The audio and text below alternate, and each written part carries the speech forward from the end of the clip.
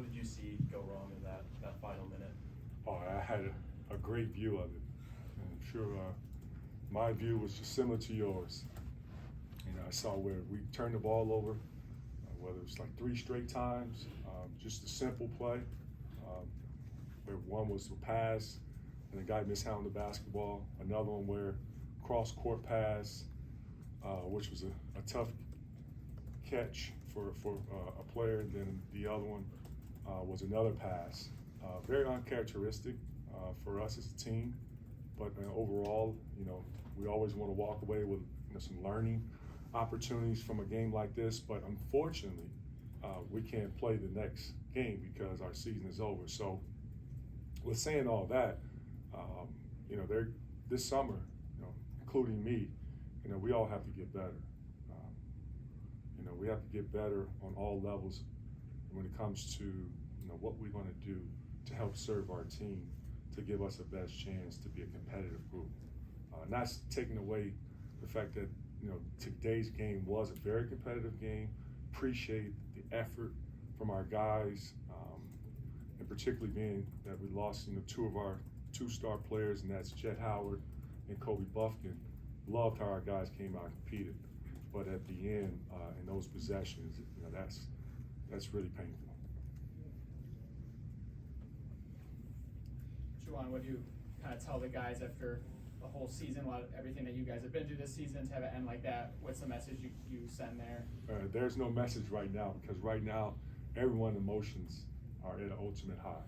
And when I say high, because of, you know, the game that was played, and you know, the different emotions going on in your head, and everyone cares. So it's important for us to right now is to get dressed, you know, let's get back home, let's hopefully get a good night's sleep. Key where I said, hopefully we can, and then we'll talk about it when we get back to Ann Arbor. Jerry Stackhouse had talked a lot about coaching against another NBA guy. What did that mean to you, and what do you think of him as a coach? You know, honestly, I don't get caught up into coaching against another NBA guy. You know, and it's not about me. It's about the team. I focus more on, you know, what can I do to prepare my team to go out there and compete at a high level. I don't look at, you know, competing against another coach, whether he's a former NBA player or if he's a Hall of Fame coach. You know, I focus on how can I help our team. And that's the most important thing, because it's not about me. It's about them. You recruited Colin Smith to some extent. He's been rounding into form lately. What did you think of him today? Well, he played well. They all played well. He was well coached. They also had a really good crowd out there supporting them. Every one of them stepped up and, you know, dug deep and stayed within, you know, understanding that, you know, the game hasn't finished, and they played until the buzzer sound. Juwan, you've talked a lot about adversity this year and how the team's pushed through that. I guess what's one thing that this group of guys has taught you? Well, when we talk about family, you know, it's truly, that's something that is not just a word with us, that I see the togetherness built on the fact that the culture, and you can easily have a team that could be so divided when things as far as your goals that you put out as a team hasn't been accomplished. And the first goal was the Big Ten title, the conference title. Then the second goal was, you know, the Big Ten tournament title. Then, you know, the third goal was the NCAA title. And unfortunately, we did not, you know, accomplish those 3 goals. And so I just loved how our guys continue to stay through the process, allow me and my staff to coach them, help grow them, and then they stayed together, because it could have easily been where you have one group pointing the finger at another group. They all came in practice, working hard, trying to come up with solutions, whether it was, you know, coach and player. But at the end of the day, I'm proud of how it was also the collaboration of the coach-driven, player-driven. Does anybody have anything else? Okay, thank you, Coach. Yep. Hunter, what did you see in that last minute from Vanderbilt there when you guys were up 5? We just gave them the game.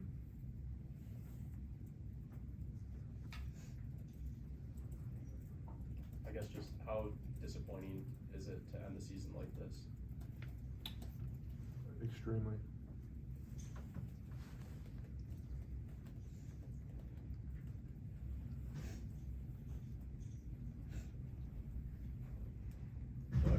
back, I guess, on your first year, is there anything you're gonna remember? You know, I remember playing with a great group of guys. You know, it was a lot of fun, and you know, I'm glad it went the way it did, and I wouldn't trade it for nothing.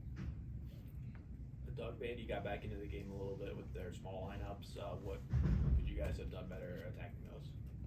We could have utilized our mismatches more. You know, just let Hunt eat. You know, because they had a small lineup, but I feel like we should have, you know, used their disadvantage to our advantage. Doug, what did you see from Ezra Monyon today? He's a great player. You know, I talked to him on the free throw line, and you know, I just like the way he plays, his pace, and he's a really good guard.